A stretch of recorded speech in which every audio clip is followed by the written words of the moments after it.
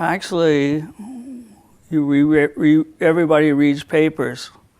And Vietnam was sort of like an event, but nobody really paid much attention to it. People like myself who wanted to go into service, we just went into service. So we did our thing. When I went for my physical, I actually tried to get into the Navy, and they flunked me because I can't hear very well. So later on, I joined the Army. And when I went to the Army, I flunked a physical again. But I told the guy I was an Eagle Scout and I had to serve.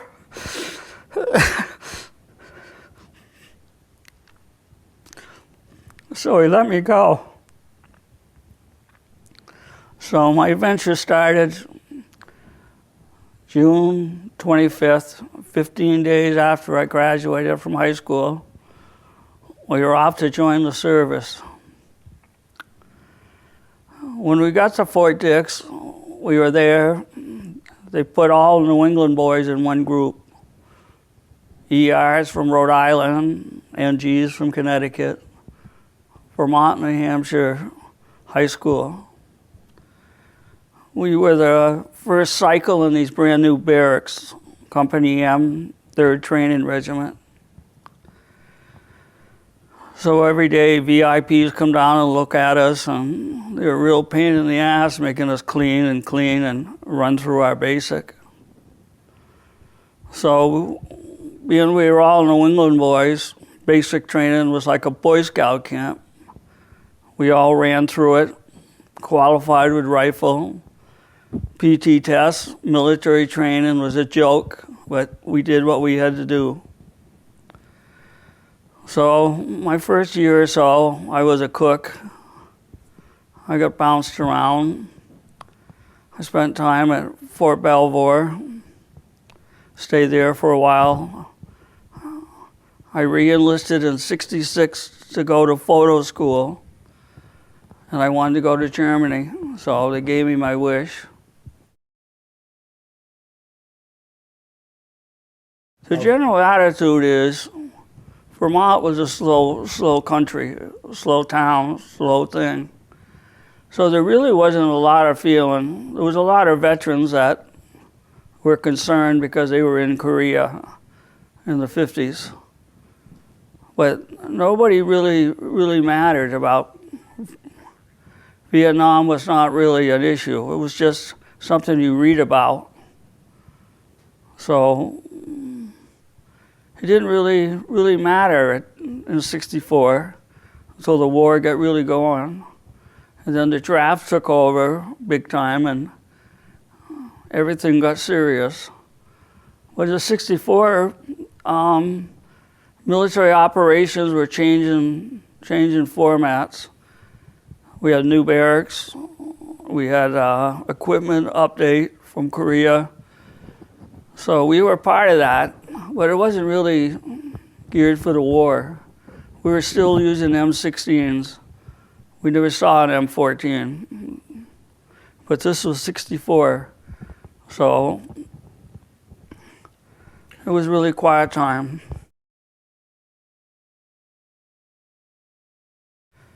Vietnam was not discussed on the level that training made a difference. We had so many NGs and ERs and USs. They just wanted to get basic training over with. The war wasn't really produced in '64, '65. It was just things are going to happen and people just joined. So we had a couple of Vietnam vet instructors, but they were special forces. They weren't regular Army Vietnam soldiers. They were trainer soldiers. So the war really didn't shape up when I was in basic training. In the mid-'60s, they started the JFK Warfare Center at Fort Bragg. It was designed for Asian forces combat. And a lot of units that were Ranger trained where Special Forces went through it. So that was the start of the major training for Special Forces was at Fort Bragg. But all basic training like Fort Polk, Fort Lewis, Fort Knox, Fort Gordon, they were just trainee units. Get them in, teach them something, and get them off to a school. They weren't really designed to be anybody.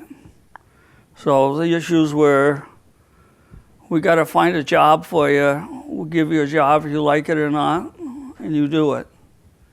So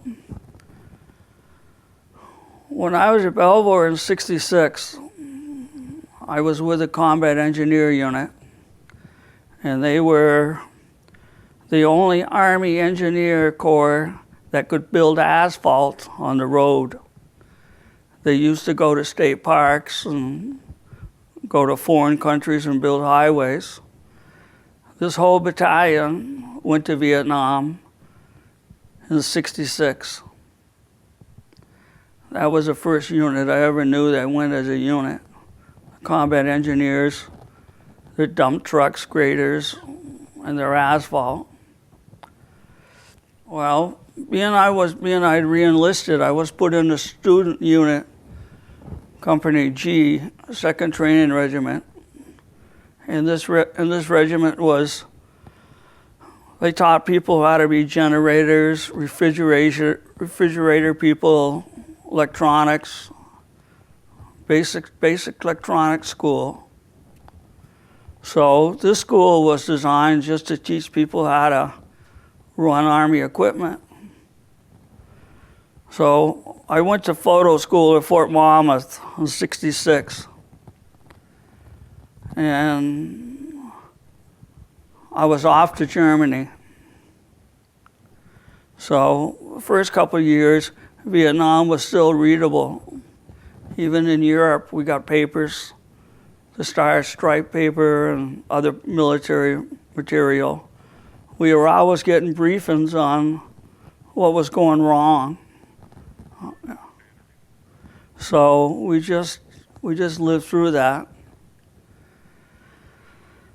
In '68, when I was there,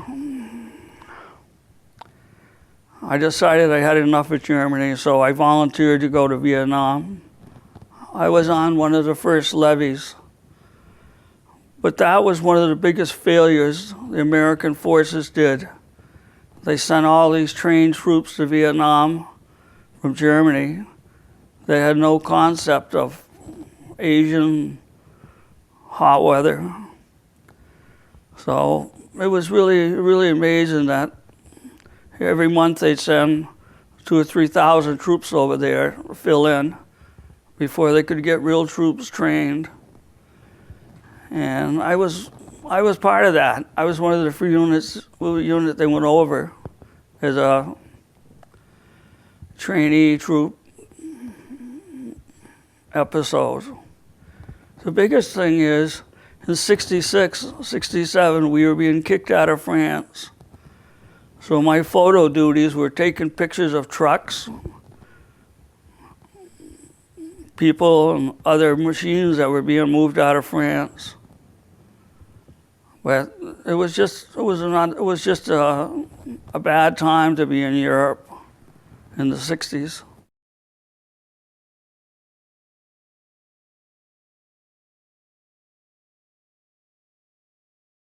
Well, they wanted our money and they wanted us out. The French were having a tough time because they'd loused the Vietnam War up and the Americans were mad at them.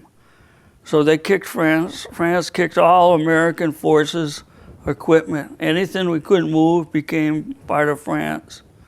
We were moving everything that could get on a truck. And there were convoys after convoys of everything the Army owned we could move. Some of these trucks would run over cars. Some of these trucks would run into buildings. We had to take pictures of all the formality. It was a real challenge.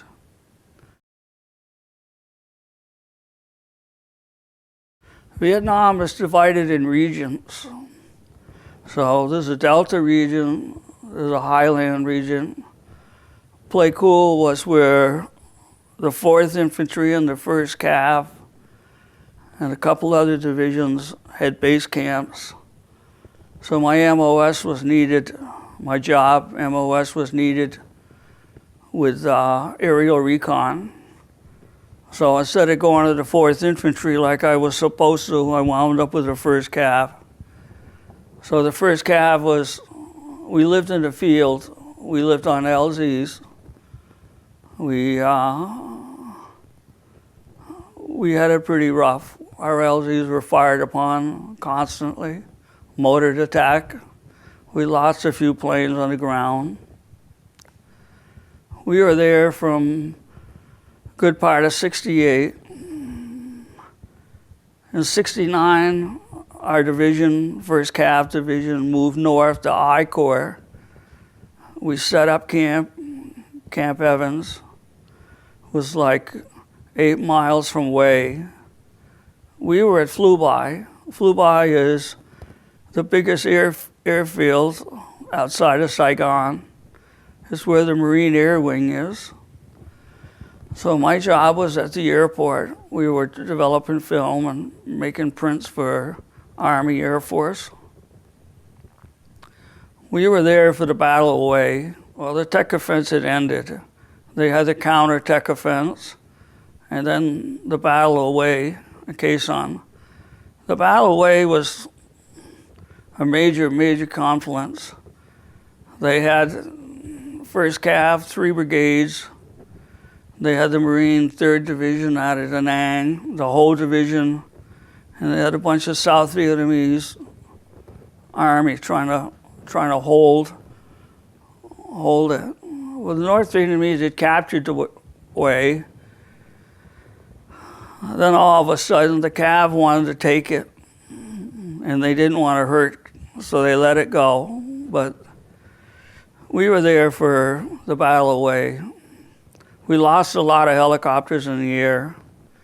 Our gunships were targets.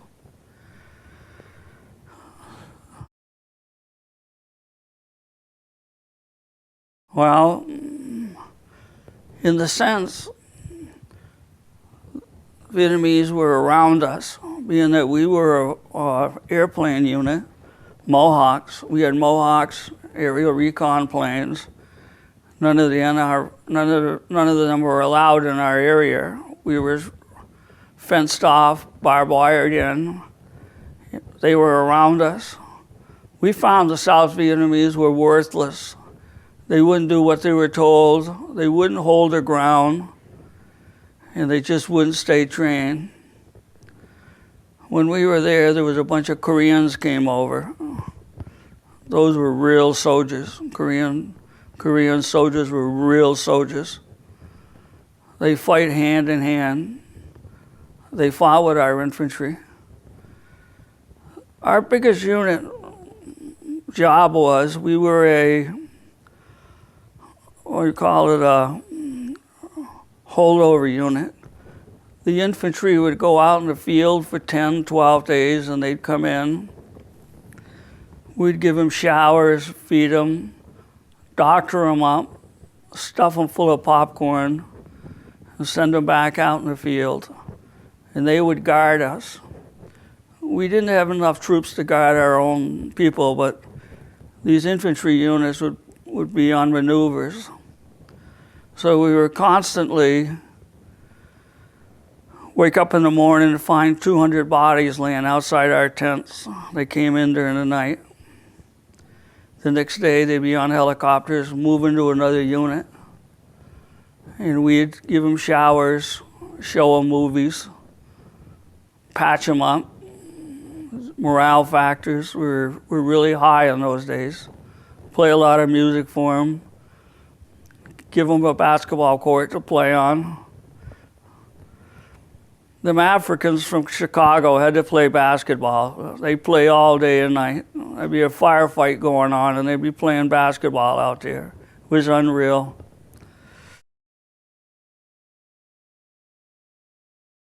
Well, we We were a third line defense because our unit was guarded by the 3rd Marine Wing. So our major thing was we went to the 3rd line and held ground.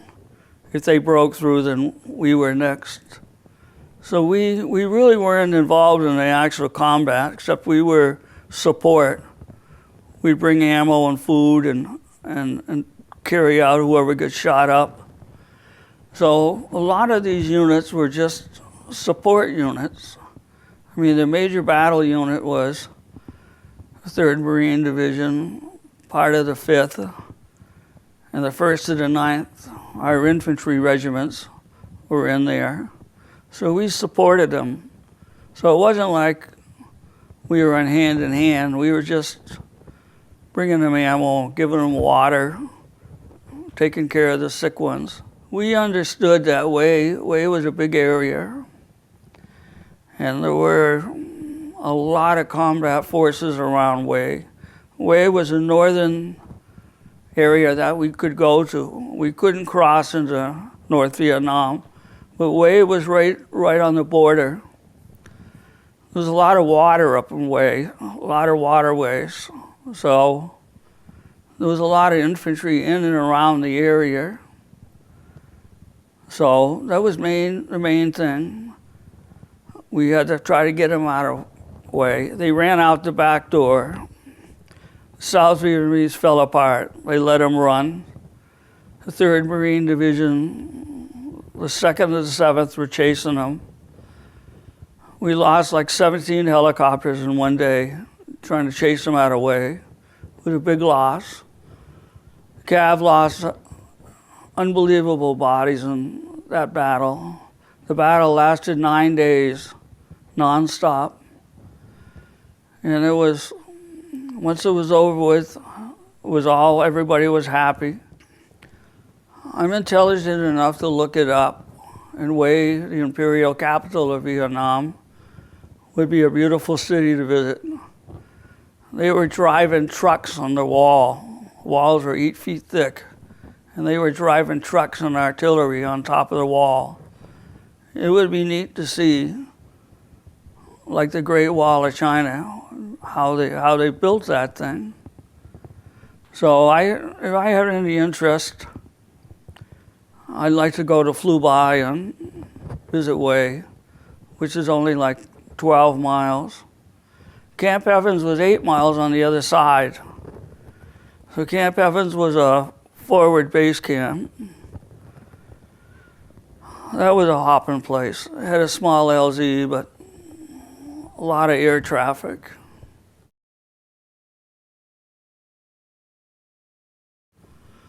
Well, most of those people are all dead now, so we're talking a different generation.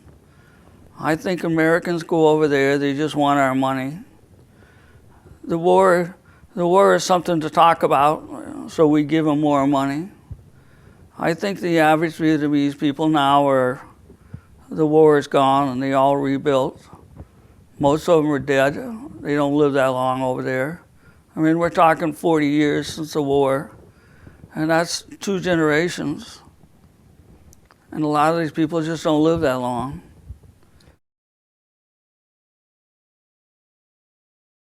Well, our division was in Khe Sanh. The 2nd and the 7th went up to Khe Sanh. And what's really misleading is they blame the Americans for laying all those mines, but 2/3 of the mines in Khe Sanh were French. That means the North Vietnamese laid these mines. Mines just took a bad rap. We were on LZs. We had Claymore mines defending us. If it wasn't for Claymores, we would have lost a lot of LZs. I really get down on the thing. They're blaming all these landmines or one things, but Claymores, they were the biggest defense the American had to survive. So the French never took credit for laying mines. The North Vietnamese never took credit for laying the mines. They just blamed all these glory units come down on American forces for laying laying mines. It wasn't like that. The only time they laid mines was for defense. They didn't go out in fields and lay mines just hoping somebody would run over them. That's the way the North Vietnamese did. Now, Bill, you know that I'm part of, although it's dormant right now, an organization that seeks to help people from getting hurt. And this organization doesn't care whether they're French, whether the North Vietnamese put them out, the Americans put them out. It doesn't make any difference who put them out. And you've been to a couple of those presentations. Yeah. Can you tell the audience how you feel about American kids becoming involved in an effort to stop people from getting hurt today by leftover UXOs? Well, the sad, sick part about laying mines is today you do the job. You go out, do your job, whether it's laying mines or artillery or what it is. The next day, you worry about what you did the day before. So if you start thinking like that, that attitude is, if your job is to lay a mine, you lay a mine. Okay, so they say, you got to go dig them back up. Okay, you go back out and dig them back up. It takes real special people to dig mines up. And that wasn't really part of the war. Part of the war was to make these mines work. So now the war is over with and American forces are there. We're digging up these mines and try to find all the bombs that were there. We can live with that. That's really good. But it's not like the rap, we did this because we wanted to kill these people. We did this because we wanted to defend ourselves. I mean, you got an LZ in the middle of nowhere. There's a swamp on one side and a river on the other. And you're in the middle of nowhere, and all you got around you is 4 strands of barbed wire, a few sandbags to hold a building together. Mines were important. They took the theory you're going to make it. The bad guy has to run over the mine, and the mine's going to help you. That's the attitude you have.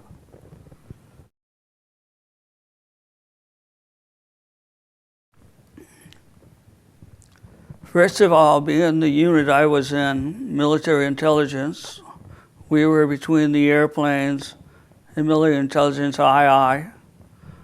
We received top briefings on combat killed per day, operation wounded, what was happening, how many were coming, how many were going. We were briefed on major offenses coming and going. So we had a lot of feeling on just what was happening was real. I mean, we were told that 300 people got killed yesterday in Khe Sanh. So we're asking ourselves, why did they get killed? Well, the North Vietnamese know how to fight. So the next day we get a report saying they took a hill and they stopped some people. So you get good days, you get bad days, and you're constantly fed statistics. So it's not like one day is good and one day oh yeah, we had a good day that day. We just tried to do our job. But one of the biggest failures in Vietnam, I always look back at, this troop rotation was really bad. People like myself would go over there,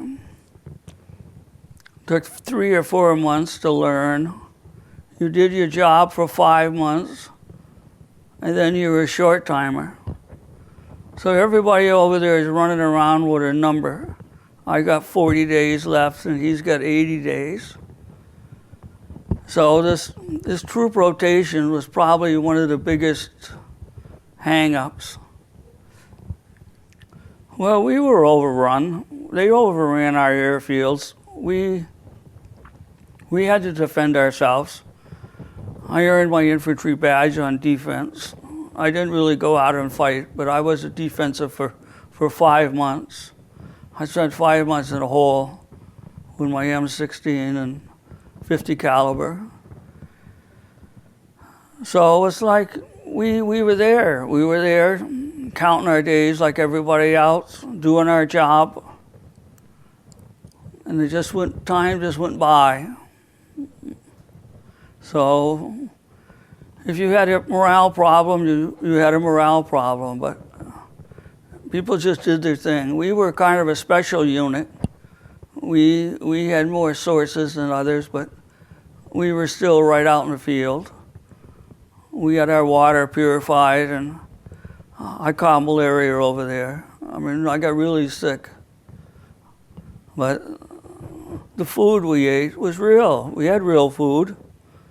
We didn't eat C rations. We had C rations available if the food shut down. But our particular unit was big time support. We had a lot of infantry, artillery people come and visit us.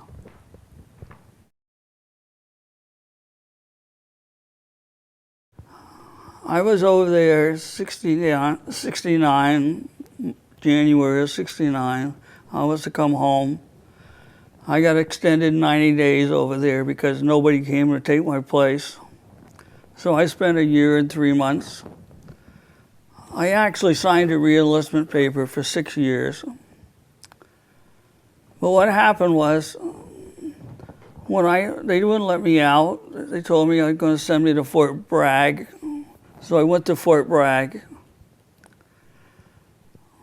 I got a bad taste of what Fort Bragg was. So I went in and tore my re-enlistment paper in half and threw it at the commander and told him I want to go home.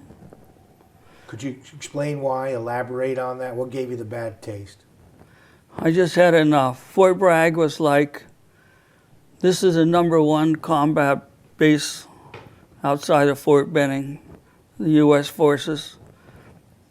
JFK Center's down the road, the 82nd's on the other side.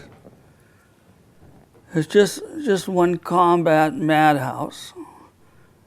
It was like war was real. Everybody wanted to go, everybody wanted to come home, everybody had to do something. And people just said, enough is enough. I want to go home.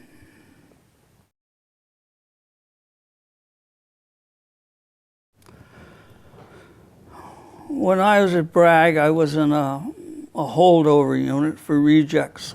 People coming in and people going out. We had people going to Korea, and we had people going to Thailand, people going to Okinawa. They weren't all going to Vietnam. So this madhouse is, you had your gun-hole people want to go to Vietnam and play soldier.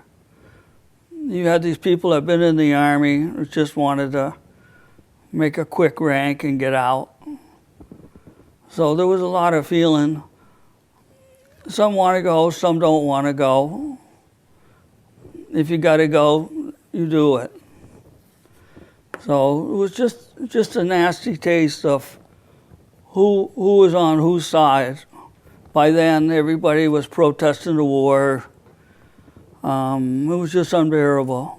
I mean, we heard more bad about the war than the war was going on. We were fighting the people on the streets rather than fighting the people in the war. In a broad sense, it was like somebody had been over there, had been back. If you were a combat soldier, you were considered a bad guy. If you were over there as a support soldier, they said, well, he did a job. He put you in different classes. So they had this town outside of Fort Bragg. It was also near Camp Lejeune, Paris Island. So this town, Fayetteville, really had a bad deal. You go downtown, and they're full of Marines, full of Navy, and all kinds of rejects from the Army. They're literally fighting on the streets because Marines were heroes and they all wanted to win the war. The people who were there don't want to talk about the war. They just want to go home. So, I mean, I remember going into bars and literally somebody, mock American soldier or some Marine would stand up and say, we're the ones winning the war. So we physically fight these guys. It was really awesome. That's what turned the war bad. Nobody would be a team. It was all, they did this, we did that. And they kept going back and forth. But Fayetteville was just the battlegrounds. I mean, it was really, really raw.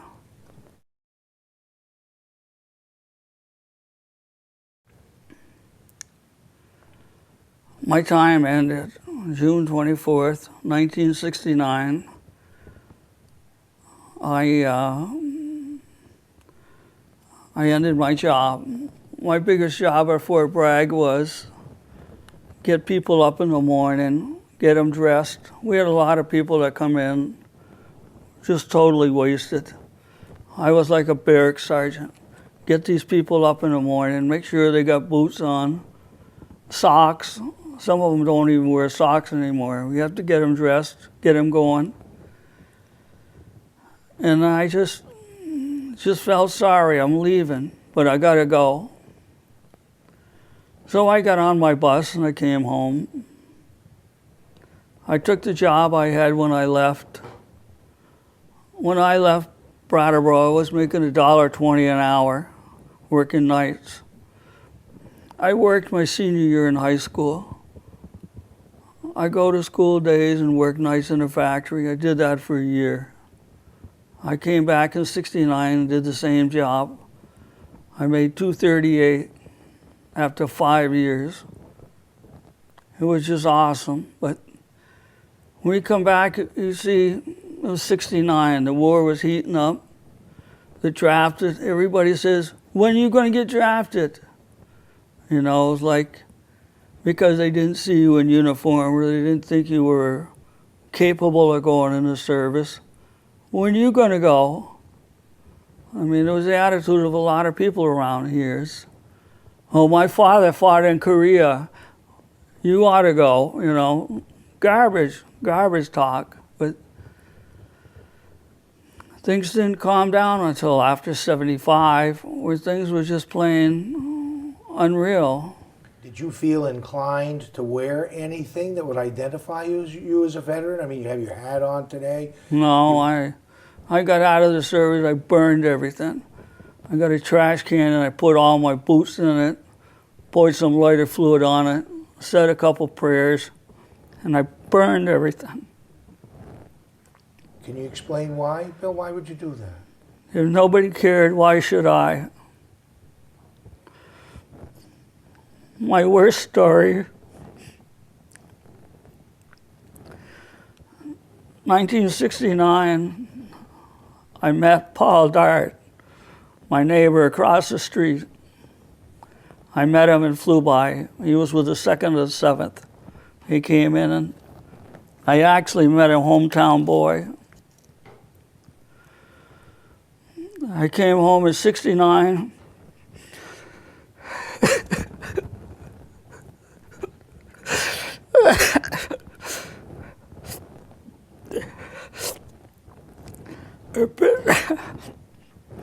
I buried him. It took me years to get over that. I never went to school with a guy. I never really liked him.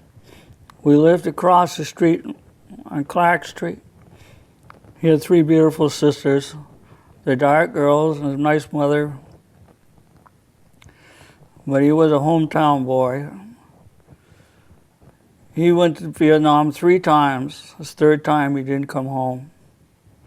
I envy the guy. I still honor him today. It was really bad. He come home and I wanted to tell his mother I met him. Before I could tell her I met him, I went to his funeral in St. Michael's.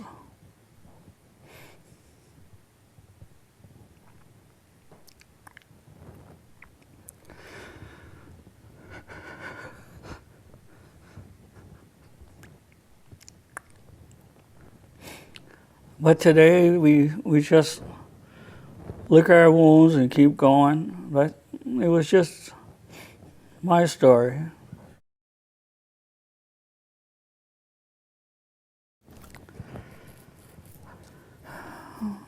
If you get hang up in the veterans, you become one of the freaks. They got that group up in White River called Vietnam Vets. Once you join the Vietnam Vet group, you become one of them. You know, they single you out. You all got problems. We all have problems. All people try to work things out. But people like myself, we just want to keep going and do what we can do. With Vietnam vets, some feel sorry for themselves and others run around, and I honor myself as a person. I honor myself as a vet. I'm proud to say I served. I didn't have to go. I went. I came back. I did my job as an American. When you talk to vets today, they're either got a story to tell you, they don't want to be bothered, or they're just feeling bad. I mean, we came home and they hate us. These people go to Iran, Iraq, wherever it is, they come back a war hero. But war is war. Vietnam vets have changed. A lot of them feel sorry for themselves and they just want to go on. But a lot of veterans, the wars are gone. We just do a new thing. Do you feel like your group has paid the price historically, and now America's attitude has changed so that when people come home from Afghanistan, Iraq, you just said they're treated as heroes. Your group wasn't. Do you think America learned its lesson from what happened to your group and it's not being repeated? Well, today's generation doesn't give a shit about anything. So you're getting an attitude change. That question's kind of misleading. You got the people that are over 60 were part of this thing. You got these people that are 40 or 50. Well, war is something we read about. They teach you in school. You did this war, we did that war. They just teach you. But the basic thing is, it's just the attitude change. I mean, Americans are taking better care of their people now. I mean, the VA system has really got going. And a lot of other programs around. But war is war. If you want to sit and talk war, you'll find your warmongers who'll tell you all about it. Most people just go on like myself. I don't go to the VFW anymore. I just don't bother. But anytime you get two veterans together, they start talking about old days. You know, you don't cut lies. They all lie. But the idea is you don't need to hear that garbage. So people just go on and try to show a little bit of pride and keep moving, like myself. We just do what we got to do and keep going.